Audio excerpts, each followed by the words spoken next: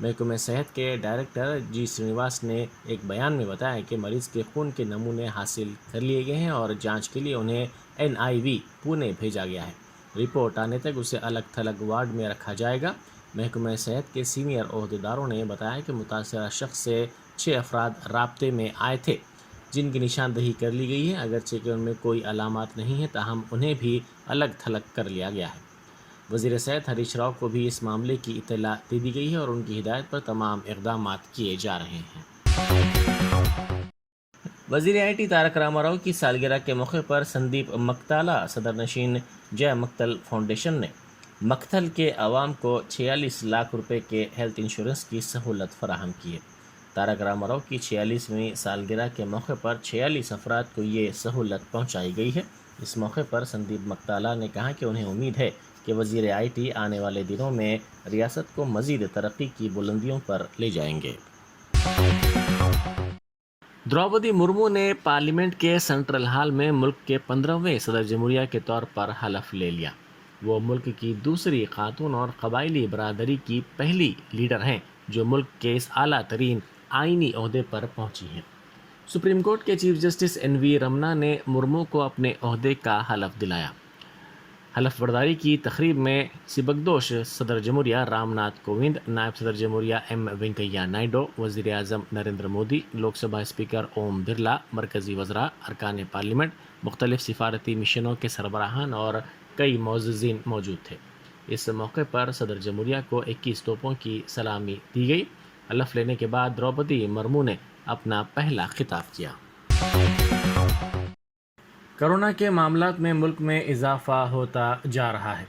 ملک میں بحیثیت مجموعی اس وبا کے معاملات کی تعداد بڑھ کر 4,39,05,621 ہو گئی ہے جبکہ مثبت شرح 7% سے بڑھ گئی ہے۔ وزارت صحت کی جانب سے فراہم کردہ اطلاعات میں یہ بات کہی گئی۔ ان اطلاعات میں کہا گیا کہ ملک میں سرگرم معاملات کی تعداد میں کمی ہوئی ہے۔ یہ تعداد 1,50,887 تک پہنچ گئی ہے جبکہ اموات کی تعداد 5,26,074 ہو گئی ہے۔ 41 افراد کی اس کرونا وائرس سے موت ہوئی ہے۔ ملک میں سرگرم معاملات کے فیصد 0.34 میں اضافہ ہوا ہے۔ قومی سطح پر روبہ صحت ہونے کی شرح 98.46% درج کی گئی ہے۔ مہاراشٹر کے پونے ضلع کے انڈاپور تعلقے کے کدبن واڑی گاؤں میں آج صبح تقریباً 11:30 ایک تربیتی طیارہ ایک کھیت میں گر کر تباہ ہو گیا۔ اس طیارے کو اڑانے والی 22 سالہ ٹرینی خاتون پائلٹ زخمی ہو گئیں۔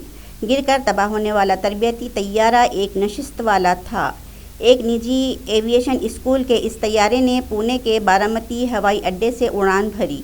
ایک پولیس افسر نے یہ اطلاع دی۔ پولیس اہلکار نے بتایا کہ پائلٹ بھاونا راٹھوڑ کو معمولی چوٹیں آئی ہیں اور انہیں علاج کے لیے اسپتال میں داخل کرایا گیا ہے، تاہم طیارے کو مکمل نقصان پہنچا۔ تلنگانہ کے نظام آباد میونسپل کارپوریشن میں BJP کو اس وقت دھکا پہنچا جب اس کے ایک کارپوریٹر نے TRS میں شمولیت اختیار کی۔ 23ویں ڈویژن کے BJP کارپوریٹر ملیش یادو پیر کو MLC کویتا کی موجودگی میں TRS میں شامل ہو گئے۔ انہیں MLC کویتا نے TRS کھنڈوا پہنا کر پارٹی میں مدعو کیا۔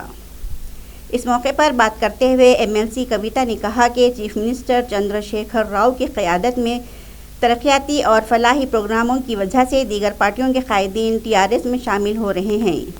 ملیش یادو 35 سال سے BJP پارٹی میں تھے اور ایک سینئر BJP لیڈر کے طور پر جانے جاتے ہیں۔ اس پروگرام میں نظام آباد MLA B گنیش گپتا اور دیگر نے شرکت کی۔ نظام آباد میونسپل کارپوریشن میں BJP کے 29 کارپوریٹرز نے کامیابی حاصل کی تھی۔ تب سے اب تک 10 کارپوریٹرز بشمول ملیش نے TRS پارٹی میں شمولیت اختیار کر لی۔ متھرا میں سول جج سینئر ڈویژن کی عدالت شری کرشنا جنم بھومی اور شاہی عیدگاہ مسجد کا مسئلے میں دیوتا بھگوان شری کرشن وراجمن کی جانب سے دائر کیس کی برقراری پر آج سے یعنی 25 جولائی سے روزانہ سماعت کرے گی، جبکہ ہندو فریق نے وارانسی کی گیان واپی مسجد پر کیے گئے اسٹڈی کی طرز پر مسجد کے علاقے کا سروے کرنے کا مطالبہ کیا تھا۔ مسجد کی انتظامی کمیٹی نے کیس کی برقراری کو چیلنج کرتے ہوئے ایک درخواست دائر کی تھی۔ عدالت نے فیصلہ کیا ہے کہ پہلے اس التوا کا معاملہ طے کیا جائے۔ شری کرشنا مندر کمپلیکس سے متصل مسجد کو ہٹانے اور دیوتا کو 13.37 ایکڑ اراضی کی منتقلی کی درخواست کی گئی ہے، جو کافی عرصے سے عدالت میں زیر التوا ہے۔ عدالت نے مزید واضح کیا کہ کسی بھی فریق کو التوا کی اجازت نہیں دی جائے گی اور معاملہ حکام کے دن سے پہر 3 بجے اٹھایا جائے گا۔ جب سے وارانسی کی عدالت نے اپریل 2022 میں گیانواپی مسجد کے تفصیلی سروے کی اجازت دی تھی، متھرا میں بھی اس طرح کے مشق کرنے کا مسلسل مطالبہ کیا جا رہا ہے۔ درخواست گزاروں اور وکیلوں میں سے ایک مہندر پرتاپ سنگھ نے دعویٰ کیا ہے کہ اس مسجد کے احاطے میں مادی ثبوت موجود ہیں، جسے مغل بادشاہ اورنگزیب نے سن 1669 اور 70 میں بھگوان کرشن کی جائے پیدائش کے قریب تعمیر کیا تھا اور اس میں کمل، اوم اور دیگر ہندو نشانات شامل تھے۔ امریکہ میں فائرنگ کے واقعات رکنے کا نام نہیں لے رہے ہیں۔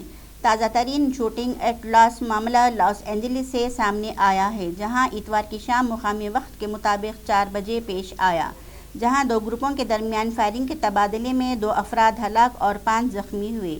نیو یارک پوسٹ کی خبر کے مطابق فائرنگ کا واقعہ سین پیڈرو کے پیک پارک میں ایک کار شو کے دوران ہوا۔ تفتیش کاروں کا ماننا ہے کہ فائرنگ کا آغاز پیک پارک میں 2 فریقوں کے درمیان جھگڑے سے ہوا۔